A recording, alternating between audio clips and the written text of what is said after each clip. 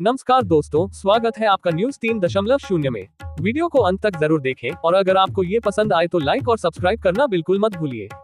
दोस्तों, बिहार एनडीए में जबरदस्त हलचल है। बीते दिनों चिराग पासवान ने एक बयान दिया था, कहा था कि वो नमक की तरह हैं।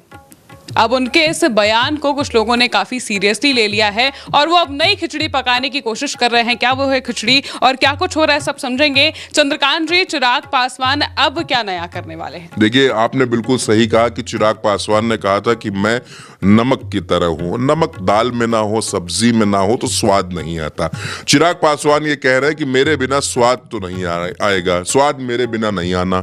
तो चिराग पासवान के इस बयान को जब लोगों ने सुना तो अलग अलग तरीकों से लोगों ने सोचना शुरू किया कि आखिर चिराग पासवान ये बात क्यों कह रहे हैं। क्या वो एनडीए पर दबाव बनाने की कोशिश कर रहे हैं, भारतीय जनता पार्टी पर, नीतीश कुमार पर दबाव बनाने की कोशिश कर रहे हैं? तो बात असल में इससे आगे की है। बात यह है कि चिराग पासवान नमक तो बने हुए हैं लेकिन खिचड़ी कहीं और पका रहे हैं। वो खिचड़ी पक रही है पीके के खेमे में। पीके यानी प्रशांत किशोर। चर्चाएं बहुत तेज हैं कि प्रशांत किशोर और चिराग पासवान बिहार में कोई धमाका कर सकते हैं। आपको एक बात याद होगी कि चिराग पासवान प्रशांत किशोर की तारीफ करते रहे, उनको अपना दोस्त बताते रहे हैं और प्रशांत किशोर ये कहते हैं कि चिराग पासवान अच्छे व्यक्ति हैं। वो जाति की राजनीति नहीं करते हैं, मुद्दों की राजनीति करते हैं, बिहार की राजनीति करते हैं, बहुत अच्छे व्यक्ति हैं वो। तो क्या चिराग पासवान और पीके के बीच में कुछ पक रहा है, कुछ नया चल रहा है? क्योंकि कहा यह जा रहा है कि प्रशांत किशोर जब से बिहार की राजनीति में सक्रिय हुए हैं तब से उन्होंने अच्छों की नींद उड़ा दी है। चाहे भारतीय जनता पार्टी हो, चाहे मांझी हो या फिर चाहे कांग्रेस हो, सबकी नींदें पीके ने उड़ा दी हैं। पिछले कुछ दिनों पहले मुझे याद आ रहा है कि एक सर्वे आया था, उसमें प्रशांत किशोर को मुख्यमंत्री के तौर पर 6% लोग पसंद कर रहे थे, लेकिन अभी एक जो सर्वे आया है उसमें तकरीबन 13% लोग प्रशांत किशोर को बतौर मुख्यमंत्री पसंद करने लगे हैं। तो ये आंकड़ा दूसरों को डराने के लिए काफी है। बहुत इस आंकड़े पर बातचीत हो रही है। लेकिन कहा यह जा रहा है कि चिराग पासवान बिहार में भारतीय जनता पार्टी से 70 सीटें मांग रहे थे। 70 सीटें वो मांग रहे थे, बात नहीं बनी। भारतीय जनता पार्टी ने एक मीटिंग बुलाई थी बहुत पहले, चिराग को बुलाया था, उसमें उनको समझाया तो आखिर में बात जाकर के रुकी 40 सीटों पर कि ये चिराग ने कहा कि 40 कम से कम हमें दे दीजिए, हम इससे नीचे नहीं आ सकते। लेकिन बीजेपी 20 देना चाहती है, चिराग उस पर सहमत नहीं है।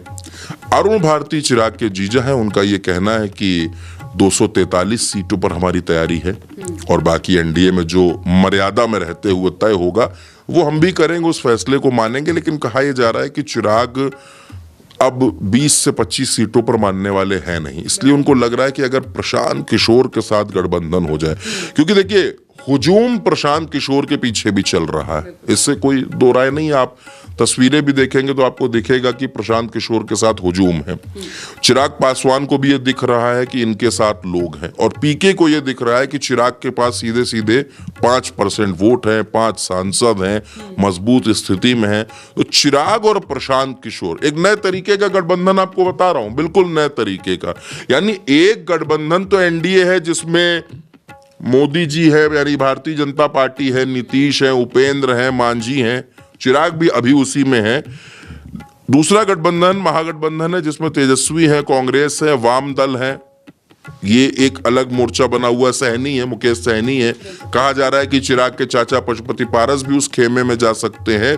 तो अगर तीसरा फ्रंट तैयार होता है, तीसरा मोर्चा तैयार होता है, प्रशांत किशोर, चिराग पासवान, दोनों चेहरे युवा, दोनों प्रोग्रेसिव, दोनों विकास की बात करने वाले, दोनों जात की राजनीति से दूर रहने वाले, दोनों बिहार फर्स्ट, बिहारी फर्स्ट पर बात करने वाले। तो ये बिहार की राजनीति में एक बहुत बड़ा चेंज हो सकता है अगर पीके और चिराग एक मंच पर आ जाते हैं, एक स्टेज पर आ जाते हैं।